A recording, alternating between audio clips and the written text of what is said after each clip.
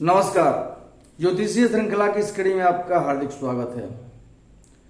ज्योतिष के द्वारा जातक में उत्पन्न होने वाले रोगों के अध्ययन के क्रम में अभी हम जननेंद्रिय एवं गुदा रोग संबंधी जो ज्योतिषीय सूत्र हैं उनके बारे में जानकारी प्राप्त कर रहे हैं। इस क्रम में आगे बढ़ते हैं हम और कुछ अन्य सूत्रों की ओर ध्यान देते हैं।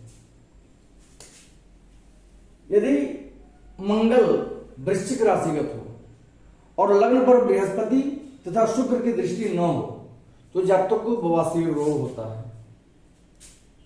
मंगल वृश्चिक राशिगत हो, किसी भी भाव में बैठा हो, लेकिन मंगल वृश्चिक राशि में होना आवश्यक है और लग्न पर बृहस्पति अथवा शुक्र की दृष्टि नहीं पड़ रही हो तो वैसे जातक को पाइल्स का रोग होता है, बवासीर की शिकायत होती है। यदि सप्तम स्थान में शनि हो और जातक का जन्म दिन के समय का हो तो जातक को अर्श रोग होता है। सप्तम भाव में शनि बैठा हो, किसी भी राशि में बैठा हो और जातक का जन्म दिन के समय में हुआ हो तो वैसा जातक अर्श रोग से पीड़ित होता है, जातक को बवासीर होता है।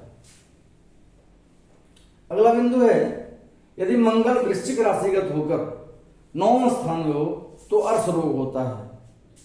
मंगल वृश्चिक राशि में हो परंतु 9वें स्थान में हो, अर्थात कुंडली मीन लग्न की कुंडली होगी तो 9वें भाव में वृश्चिक राशि की स्थिति होगी और वहां पे मंगल बैठा हो तो इस स्थिति में जातक को अर्श रोग होता है।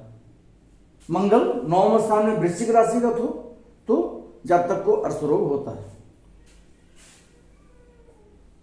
यदि षष्ठ स्थान में केवल मंगल ही बैठा हो तो वह अर्श रोग का सूचक है। इसी प्रकार यदि लग्न में शनि उच्च राशिगत न हो तो जातक को भगंदर रोग का भय होता है। छठे भाव में कुंडली के छठे भाव में मंगल केवल बैठा हो, मतलब अकेला मंगल बैठा हो, उसके साथ कोई अन्य ग्रह नहीं हो तो बवासीर का सूचक ऐसी स्थिति बनती है। ऐसी स्थिति में जातक को बवासीर रोग होता है। और इसी प्रकार यदि लग्न में शनि बैठा हो, एकमात्र अकेला शनि बैठा हो परंतु अपनी उच्च राशि में नहीं हो तो वैसे जातक को भगंदर की शिकायत होती है। भगंदर मतलब फिस्टुला जिसको बोलते हैं, वो उस रोग से ग्रसित हो सकता है।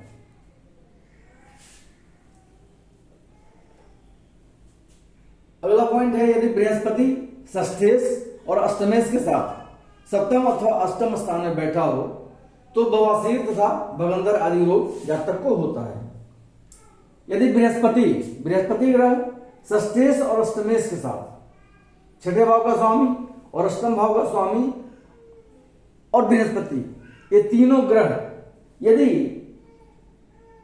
सप्तम अथवा अष्टम स्थान में बैठे हों, सप्तम अथवा अष्टम स्थान में बैठे हों तो ऐसे जातक को बवासीर तथा भगंदर आदि रोग होने की संभावना होती है। क्या है, यदि बृहस्पति षष्ठेश अर्थात छठे भाव का स्वामी और अष्टमेश अर्थात 8वें भाव के स्वामी के साथ 7वें भाव में या 8वें भाव में बैठा हो तो ऐसे जातक को बवासीर या भगंदर हो सकता है। अगला पॉइंट है, यदि लग्नाधिपति और मंगल कन्या राशिगत हो तथा बुध के साथ हो या बुध की दृष्टि उन पर पड़ती हो तो जातक को भगंदर इत्यादि रोग होते हैं। लग्नाधिपति लग्नेश और मंगल कन्या राशिगत हो, लग्न का स्वामी और मंगल ये दोनों कन्या राशि में बैठे हों और इनके साथ बुध भी बैठा हो, या लग्नेश और मंगल कन्या राशि में बैठे हों और उन पर बुध दृष्टिपात कर रहा हो। ये दो स्थितियां हैं। लग्नेश और मंगल एक साथ कन्या राशि में बैठे हों और उनके साथ बुध बैठा हो, या उन पर बुध अपनी दृष्टि डाल रहा हो तो जातक को भगंदर इत्यादि रोग होता है। अगला पॉइंट है, यदि मंगल और राहु सप्तम स्थान में हो तो जातक की स्त्री को मासिक धर्म में रुधिर प्रवाह विशेष होता है।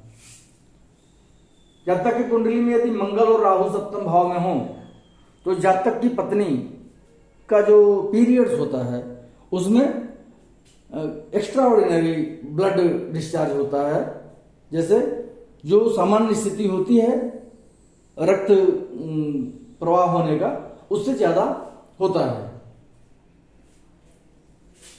अगला पॉइंट है, यदि किसी स्त्री की कुंडली में सप्तम भाव मंगल के नवमांश का हो और सप्तम भाव पर शनि की दृष्टि हो अथवा सूर्य और बुध की दृष्टि हो तो उस स्त्री की योनि अथवा गर्भाशय में रोग होता है। किसी स्त्री कुंडली में क्या है, सप्तम भाव स्पर्श जब करते हैं तो इस भाव को हम देखेंगे कि यदि वो मंगल के नवमांश में हो, सप्तम भाव मंगल के नवमांश में हो और सप्तम भाव पर शनि की दृष्टि पड़ रही हो या सूर्य और बुध की दृष्टि पड़ रही हो। यदि सप्तम भाव पर शनि की दृष्टि नहीं पड़ रही हो तो सूर्य और बुध की दृष्टि पड़ रही हो तो इस स्थिति में स्त्री की योनि अथवा गर्भाशय में रोग होता है, उसके वेजाइना या यूटेरस में इन्फेक्शन होता है, रोग की संभावना होती है। स्त्री की कुंडली की बात है, यदि स्त्री की कुंडली का सप्तम भाव मंगल के नवमांश में हो और उस पर शनि की दृष्टि पड़ रही हो या सूर्य और बुध की दृष्टि पड़ रही हो दोनों ग्रहों की, तो वैसे स्त्री के योनि में या गर्भाशय में रोग की संभावना होती है। अगले वीडियो में हम कुछ दूसरे रोगों का या अन्य रोगों के बारे में हम जानकारी प्राप्त करेंगे। नमस्कार।